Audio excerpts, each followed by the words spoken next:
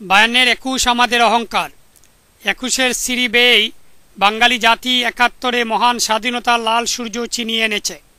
আমাদের গৌরবের ২১ ৯৯ সাল থেকে ইউনেস্কো কর্তৃক স্বীকৃতি লাভের পর সমগ্র বিশ্বে আন্তর্জাতিক মাতৃভাষা দিবস হিসাবে পালিত হচ্ছে।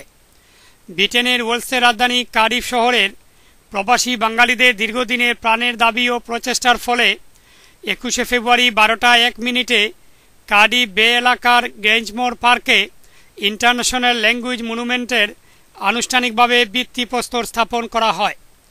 কাউন্সিলর শেরুল ইসলামের পরিচালনায় অনুষ্ঠিত প্রোগ্রামে ভিত্তিপ্রস্তর স্থাপন করেন কার্ডিফের lord mayor right honourable professor Delme বয়েন।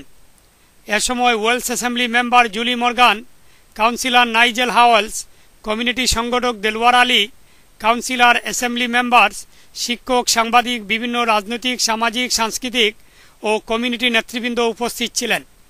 আগামী আগস্ট মাস থেকে মনুমেন্টের কাজ শুরু হবে এবং ২০১৩ সালের ২১শে ফেব্রুয়ারি আনুষ্ঠানিকভাবে এই পার্কে পালন করার ইচ্ছাসহ উদ্যোক্তারা সবার সহযোগিতা কামনা করেন। কার্ডিফ থেকে মকিস মনসুর, বাংলা টিভি নিউজ।